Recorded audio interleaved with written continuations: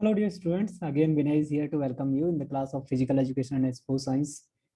हम लोग पेपर 1 की क्लास अभी कर रहे हैं और पेपर 1 में हम रिसर्च एप्टीट्यूड के कुछ क्वेश्चन आज करेंगे। टीचिंग एप्टीट्यूड को हम खत्म कर चुके हैं लगभग ऑलरेडी। तो रिसर्च एप्टीट्यूड की इस क्लास के बाद मैं रिसर्च की कुछ पर्टिकुलर जो आपकी कैरेक्टरिस्टिक्स हैं उन पर बात करूँगा अगली क्लास में। ठीक है, हम लोग रिसर्च के सिग्निफिकेंस के बारे में बात करेंगे और फिर जो इम्पोर्टेंट टॉपिक्स हैं बेसिकली यू डोंट वरी। कल मुझे काफ़ी क्वेश्चंस मिले थे कुछ बच्चों के, वो ये कह रहे थे कि सर क्या हम इसको ख़त्म कर पाएंगे। आई एम डेम श्योर कि जो आपका रिसर्च एप्टीट्यूड का यूनिट है उसको मैं पूरा ख़त्म करूँगा। जैसे कि मैंने पहले कहा था कि ये वाला जो एग्ज़ाम है यूजीसी नेट का, उससे पहले हम टीचिंग एप्टीट्यूड, रिसर्च एप्टीट्यूड और जो एनाटॉमी फिजियोलॉजी वाली यूनिट फिजिकल एजुकेशन की है वो, इन सारी चीज़ों को हम लोग खत्म कर देंगे। ठीक है, इतनी सी बात क्लियर है। हाँ, नेक्स्ट वाला जब भी एग्जाम होगा उसमें हम सारी की सारी यूनिट्स को कवर करेंगे। आई होप दैट जितनी हो सकती हैं, और पेपर सेकंड की तो सारी यूनिट कराऊंगा ही कराऊंगा। ठीक है, फर्स्ट पेपर की जितनी ज़्यादा से ज़्यादा यूनिट हो पाएंगी उनको हम लोग कवर करेंगे उसमें। ठीक है, चलिए फिर शुरू करते हैं आज के बारे में। ठीक है, रिसर्च एप्टीट्यूड के ऑलरेडी हमने पिछली बार कितने थे, 20 क्वेश्चन किए थे, 21 वहीं से हम शुरू करेंगे। ठीक है, चलिए जानते हैं, समझते हैं कि किस तरह से हम लोग बात करते हैं इसके बारे में। ठीक है, अभी क्या है, नल हाइपोथेसिस की बात करें, प्रेडिक्शन की बात करें और डेडिकेशन। ठीक है, ही इज टॉकिंग अबाउट कि जो नल है, प्रेडिक्शन है, डेडिकेशन है और क्वेश्चन, ये जो वर्ड्स यूज किए गए हैं, राइट, ये सारे के सारे वर्ड्स जो हैं वो किसको रिप्रेजेंट करते हैं, राइट। ये वर्ड जो हैं आपके वो किस चीज को रिप्रेजेंट कर रहे हैं, आपको बस इतना सा बताना है। ठीक है, हम लोग किसकी बात कर रहे हैं कि ये जो वर्ड हैं आपके, ये वर्ड जो है वो किस चीज को रिप्रेजेंट कर रहे हैं। ठीक है, ये रिप्रेजेंट कर रहे हैं आपकी फॉर्म्स ऑफ हाइपोथेसिस को, टाइप्स ऑफ हाइपोथेसिस को, वेरिएशंस को। ठीक है, या फिर नन ऑफ द अबव। ये आंसर आपको करना है, फटाफट जल्दी से आप आंसर करें, फिर हम लोग इसके एक्सप्लेनेशन के साथ ही खत्म करेंगे इसको। ठीक है, चलिए बेहतरीन, बहुत अच्छी, शाबाश। हाँ, नेक्स्ट, वेरी नाइस। क्या देखना है, सिंपली पहला क्वेश्चन है हम लोग, मैं थोड़ा सा इस पे ज़्यादा टाइम दूंगा आपको, फिर हम लोग क्या करेंगे, हम लोग अगले क्वेश्चन से जल्दी जल्दी करना शुरू करेंगे।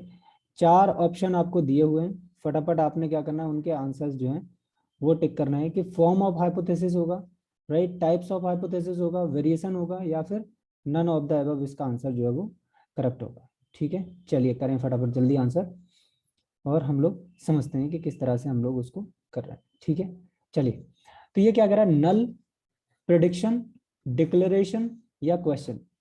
ठीक है, ये क्या है, ये एक तरह से फॉर्म्स ऑफ हाइपोथेसिस है। जब फॉर्म्स ऑफ हाइपोथेसिस की बात करेंगे हम लोग, जब मैं बात करूंगा किसकी, formulation of hypothesis, formulation of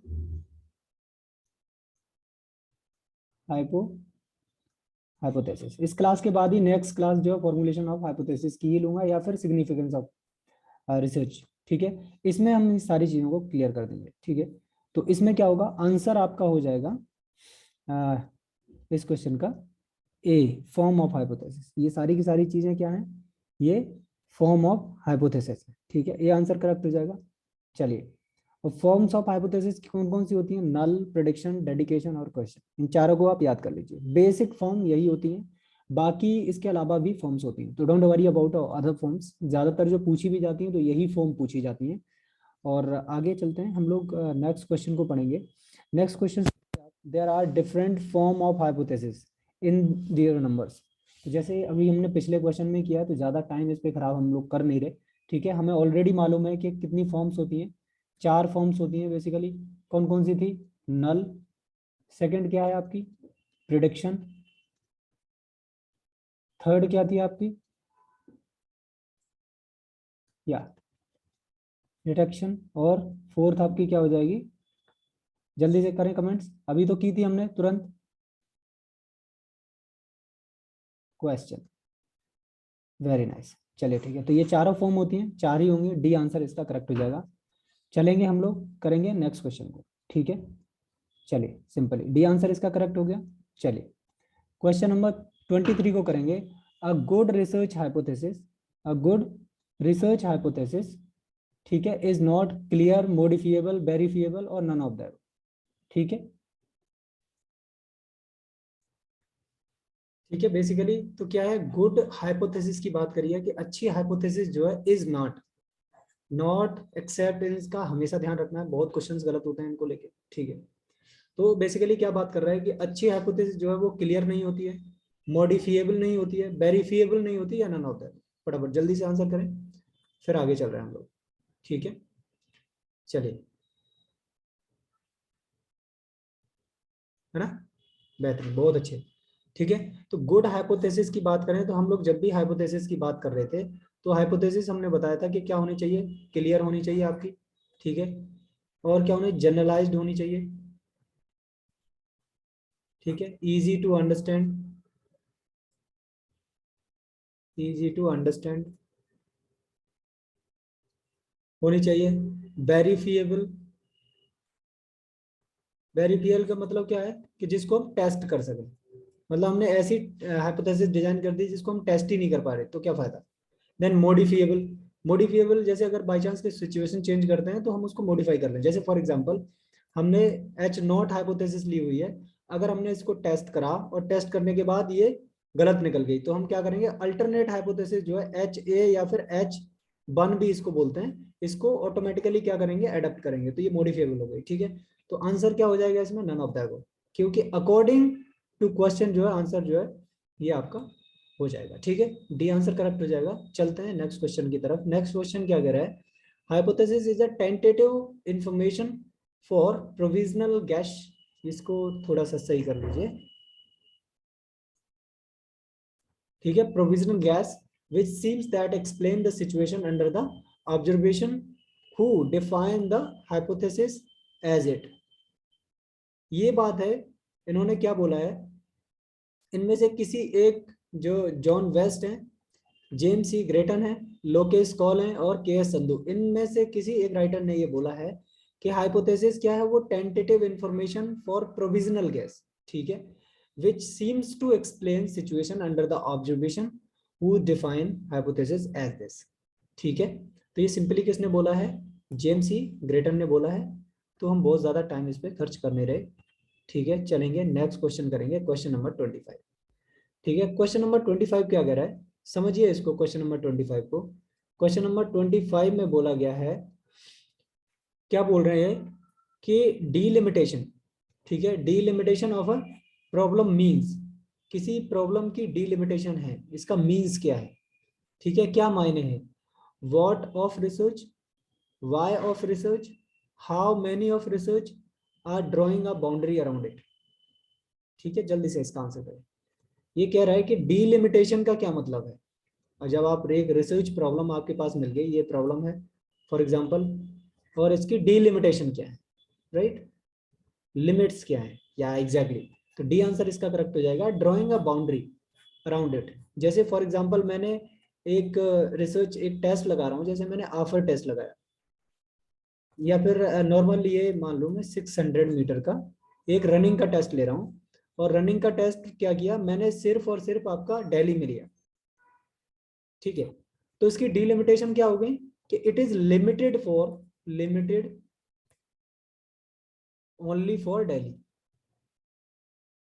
जब तक ये दूसरी जगह भी अप्लाई नहीं हो जाता तब तक ये लिमिटेड रहेगा, किसके लिए, दिल्ली के लिए। तो क्या हो जाएगा, डी आंसर इसका करेक्ट हो जाएगा।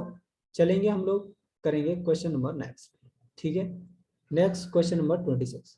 ठीक है, चलिए, बेहतरीन, बहुत अच्छे। क्वेश्चन नंबर 26 क्या कह रहा है, delimitation of the research problem is must, do you agree.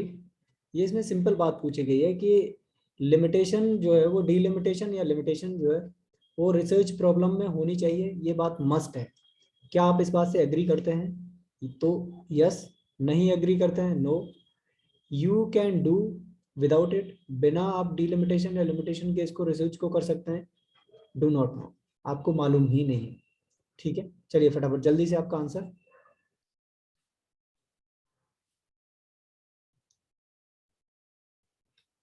Yes exactly, इसमें सिंपल क्या है, यस आंसर। क्यों, क्योंकि जब भी आप रिसर्च प्रॉब्लम डिजाइन करते हैं, आप लिमिटेशन और डीलिमिटेशन मस्ट है आपको देनी, क्योंकि इससे ये पता चलता है कि आप किस तरह की सिचुएशन में आपने काम किया है, आपकी बाउंड्रीज क्या थी, वेरिएबल्स आपने क्या लिए थे, इन सारी की सारी चीजों के बारे में इससे नोटिफाई होता है।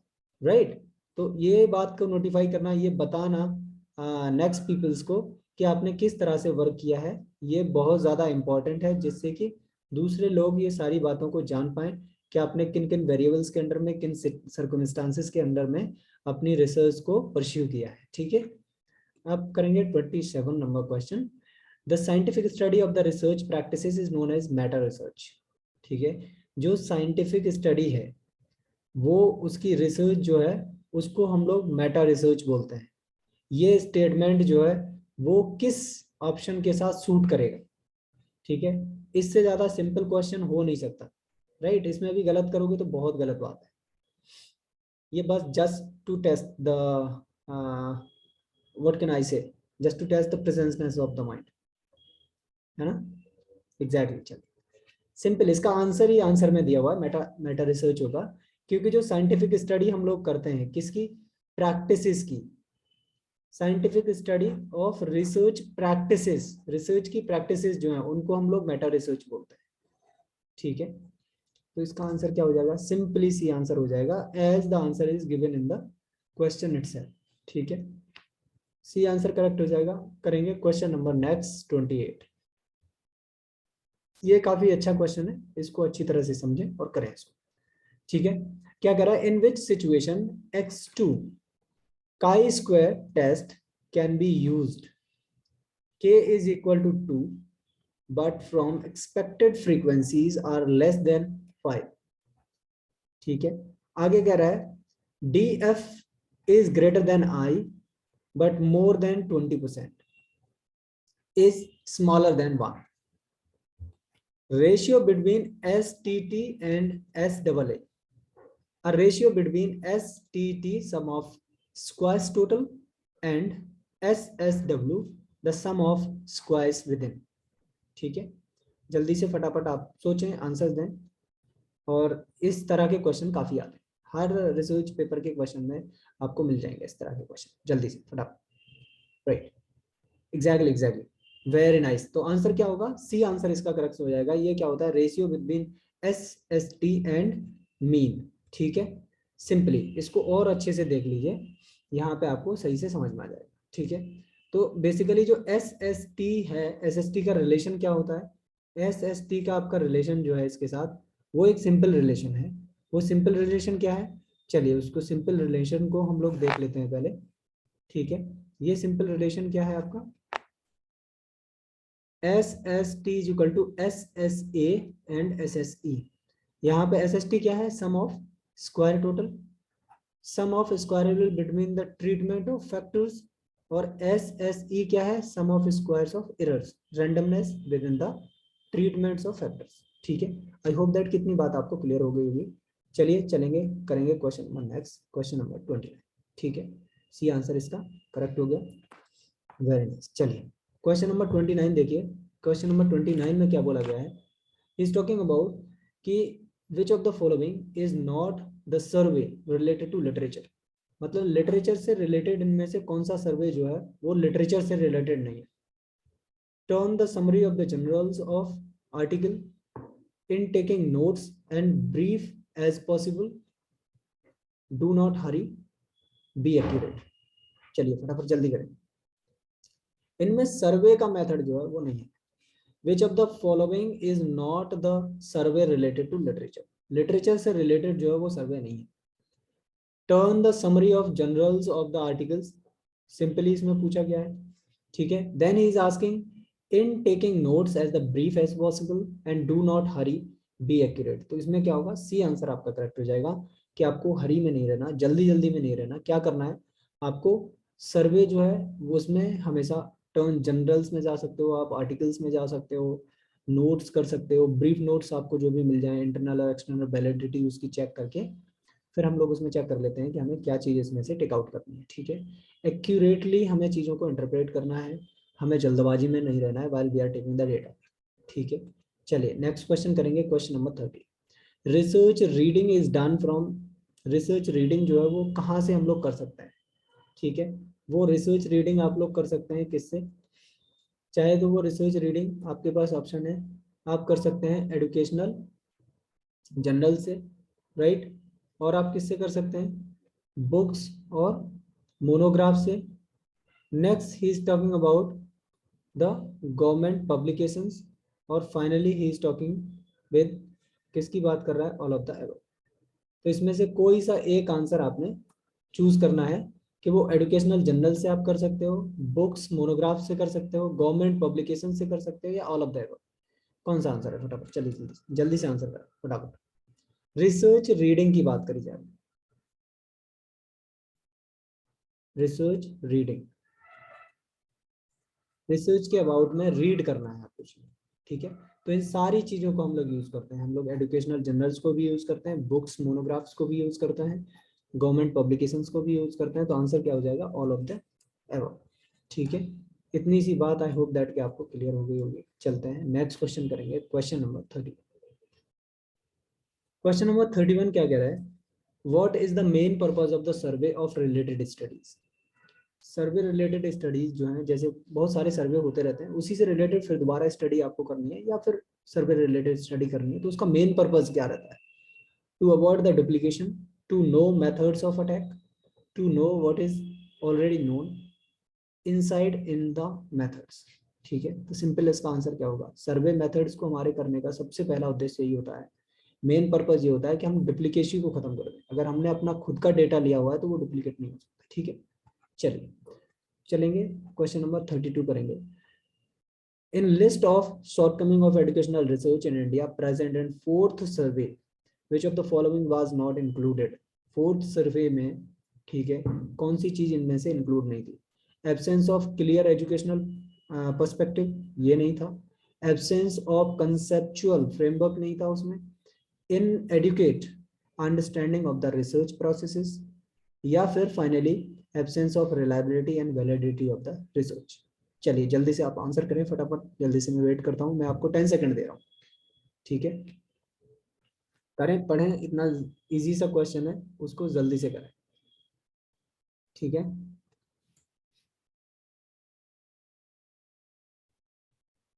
Educational perspective, conceptual framework, understanding of research processes, या reliability and validity of the research. चलिए फटाफट जल्दी,